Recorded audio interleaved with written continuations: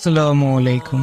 আপনারা জানেন ইসলামের শুরুতে 1400 বছর পূর্বে আরব জাতি ছিল যুদ্ধপ্রিয় জাতি। তবে তারা বছরের কয়েকটি মাসকে পবিত্র মনে করত, সেই জন্য সেই মাসগুলোতে তারা যুদ্ধ করত না।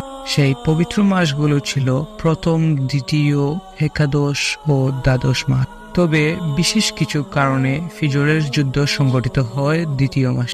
বনু হাওয়াজিন গোত্রের নোমান বিন আল মঞ্জির নামক এক ব্যক্তি প্রতি বছর উকাজ নামক স্থানে ক্যারাভেন নামক একটি মৌর যাত্রী দল পাঠাতেন। এবারও পাঠিয়েছিলেন উরওয়ার নেতৃত্বে।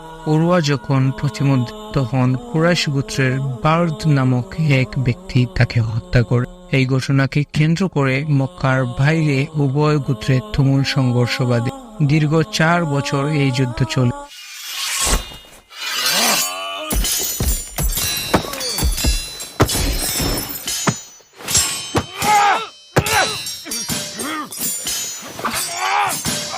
ফিজরের যুদ্ধে আবু সুফিয়ানের পিতা হারব মারা যায়। এই সময় হযরত মুহাম্মদ সাল্লাল্লাহু আলাইহি ওয়াসাল্লাম এর বয়স ছিল 15 বছর।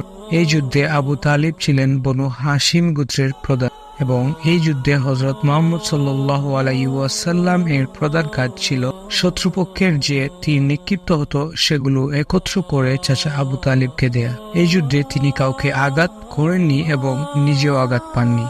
এই যুদ্ধই ছিল হযরত মুহাম্মদ সাল্লাল্লাহু আলাইহি ওয়াসাল্লামের প্রথম যুদ্ধ।